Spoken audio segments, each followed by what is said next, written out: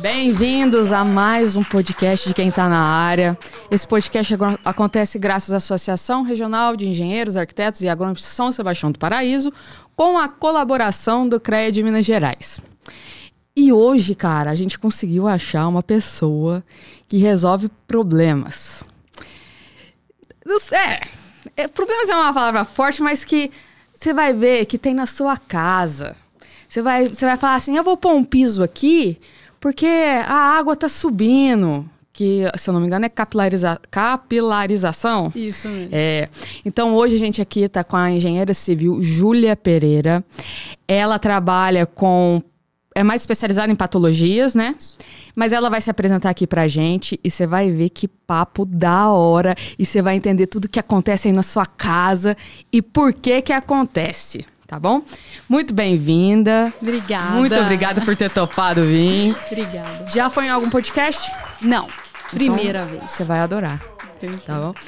Mas conta pra gente onde você formou, por que escolheu engenharia civil e por que ir pra uma área tão polêmica. Ok. Olha, vamos lá. Escolhi engenharia civil desde 2010, na época que eu estava no ensino médio. Então, assim, eu já sabia que, falei assim, olha, eu entrando no ensino médio, eu já preciso saber o que de fato eu quero, né? Então, eu tinha 2 mercados que eu queria, ou engenharia civil ou carreira militar. Tentei carreira militar, aeronáutica, só que aí eu vi que não era pra mim, optei mesmo seguir na área da engenharia civil. E uma dúvida, você sabia o que era engenharia civil? Sabia porque meu pai era pedreiro. Então, assim, eu sabia como que era o dia a dia. Era sair cedo demais, voltar tarde, sujo e assim, sol pegando na nuca. Então eu sabia mesmo como que era a realidade. Fora que minha casa, assim, sempre vivia com algumas obras, algumas modificações. Casa de pedreiro. Ferreira de pau, via casa de pedreiro, mas assim, sempre tem coisas ali que hoje eu vejo que se a gente tivesse pensado lá atrás, a gente não teria aqueles probleminhas ali de umidade ascendente que você já mencionou. Exatamente. E você acha que seu pai que te influenciou nesse caso? Nossa, sabe que eu nunca parei pra pensar? Acho que não. Acho que não. Eu acho que eu gostava. Inconscientemente? Exato. Porque eu fiz engenharia civil, de verdade. Eu não sabia o que eu tava... Tava entrando e nem... Só falaram assim, por que você não faz engenharia civil? Você já desenha no AutoCAD, você é bom em matemática. E eu lembro que na apresentação mesmo, no primeiro dia de aula, né, que você sempre tem que se apresentar e tudo mais. Aí todo mundo, eu vim fazer engenharia, porque depois eu vou fazer engenharia ambiental ou alguma coisa assim. E eu falei assim, cara, eu vim porque eu sei desenhar e sou bom em matemática. E depois que eu fui descobrindo que realmente engenheiro civil realmente faz. E sabe que eu vou fazer Eu caí de puf. E eu vou fazer uma observação pra você. Nunca fui boa em matemática. Eu pegava recuperação em todos os finais de semestre na escola. Só que aí eu fui fazer cursinho pré-militar e aí eu vi, nossa, eu gosto de física, gosto de matemática, porque aí eu fui entendendo como de fato deveria ser estudado, porque na escola não sabia muito. Perfeito. Eu preferia gastar o meu tempo com qualquer outra coisa e quando chegava na época de recuperação eu falava, não, agora é a hora de correr atrás. Sim. Aí eu colocava energia ali. Mas aí eu peguei gosto. Mas, ao longo da faculdade, lógico, a gente precisa passar pelas matérias de cálculo e tudo mais, mas eu fui observando que não era bem aquilo que eu queria. Tanto que eu peguei recuperação, DP, Sim. que a gente fala na faculdade, na área das estruturas, só que aí depois eu fui entender, depois que eu me formei, né, que aí eu me formei em 2020, Sim. que eu gostava mesmo da área mais humana da engenharia civil, que é a patologia das construções. Que, assim, de forma bem resumidona, né, é a parte de laudos e perícias da engenharia, né? Então é muita parte de estudo mesmo, técnico, em cima dos problemas. Isso eu tenho pavor. Sério? Porque enquanto estava com os cálculos, eu estava muito feliz. Sério? Eu estava muito feliz. E aí foi entrando mais teoria, né? Aí eu fui dando uma assustada. Eu falei assim, meu Deus, ferrou. Mas anda lado a lado, Ferrou. né? E aí a gente descobre também na faculdade que, tipo assim, alunos, importante pra vocês, não é só cálculo não, velho. Você vai ter que ler muito. Muito, muito, muito. E lembrando que cálculo é pra despertar o seu raciocínio lógico. Sim, sim. Porque todo mundo fala, por que eu vou usar sei lá o que, né?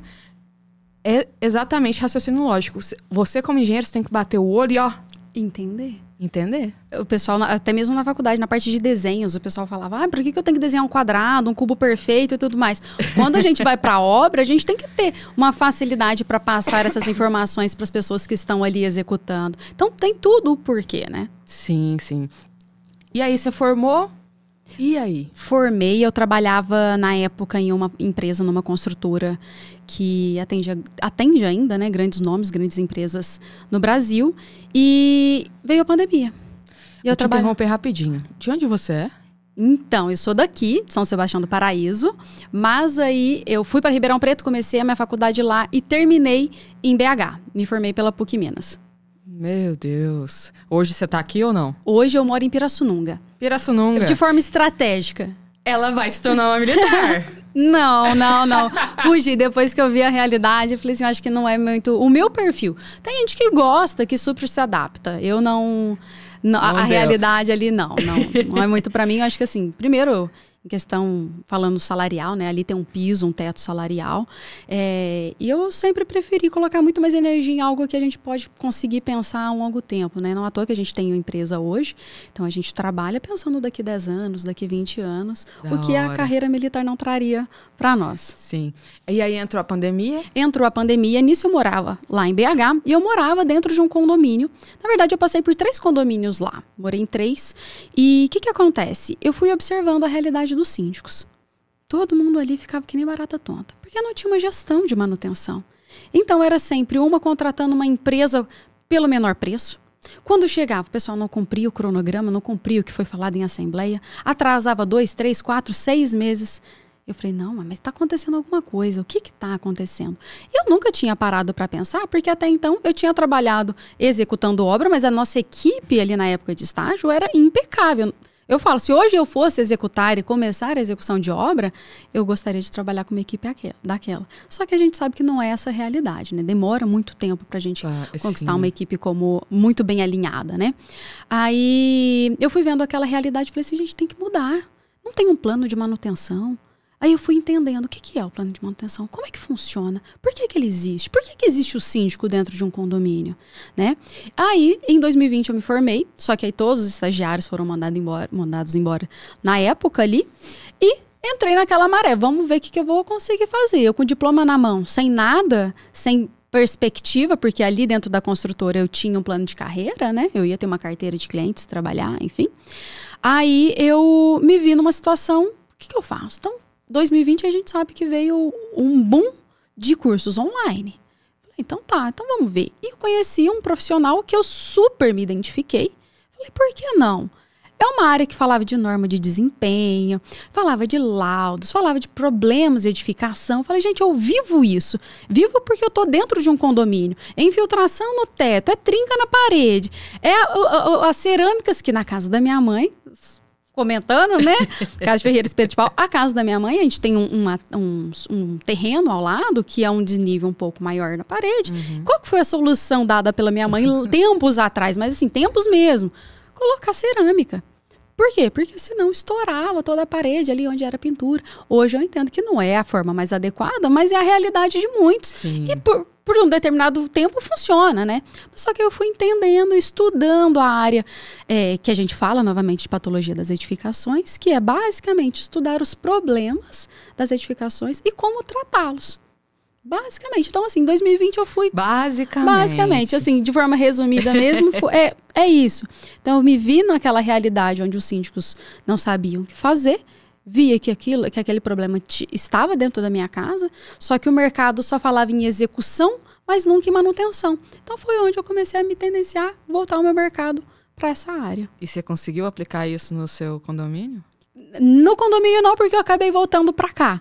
Então voltei, aí agora hoje eu moro em casa, mas hoje a gente, com o conhecimento que a gente tem, é levar para outros condomínios, né? Porque o nosso mercado mesmo hoje é desde construtoras médias, pequenas e médias construtoras e condomínios. Então a gente tá nos pontos onde os problemas aparecem, e também onde os problemas precisam, que é a parte de manutenção, onde os problemas precisam ser controlados, muitas das vezes, ou consertados, né? E manutenidos. Então, a gente está nessas frentes hoje. E vocês prestam serviço, tipo assim, Júlia, vou começar a construir. Tem como você acompanhar certos momentos para que essas patologias não aconteçam? Perfeito, sim. Conseguimos. Porque, assim, de forma geral, né? Todo mundo sabe que quando começa uma obra, ele tem um engenheiro, muitas das vezes. Tem aquele profissional que assinou o RT ou o arquiteto que assinou e tudo mais. Entretanto, muitas das vezes eles não estão 100% dentro dessa obra. Porque, obviamente, a gente sabe que o mercado... A gente não consegue tocar uma obra só, né? A gente não sobrevive com uma. Exatamente. Então, muitas das vezes a gente precisa de 5, 10, dependendo da empresa, né? E o que acontece? Como ele não está 100% ali, o que a gente busca fazer? Um acompanhamento externo. Então, a gente vai nos principais momentos cruciais para entender como que essa obra está sendo gerida e executada. Então, a gente analisa e fala, olha, a parte da fundação aqui, o que dá para ser melhorado? Então, a gente traz nosso conhecimento prévio para poder trazer para eles ali naquele momento da execução e mitigar aqueles problemas ali. Vai falar em impermeabilização, a mesma coisa. A gente vê que mesmo que tenha projetos, muitas das vezes esses projetos não são executivos, mas existe. Entretanto, as pessoas que estão executando ali, às vezes não sabem ler o projeto. Ou o profissional, isso ele não está em muito sério. Muito. Teve uma vez que eu me surpreendi, que eu fui numa obra... Lembrei de outra coisa. Eu fui numa obra que o cara era mudo. E eu fiquei, como assim? E aí eles conversavam em sinais. Enfim, mas que o cara não sabia ler.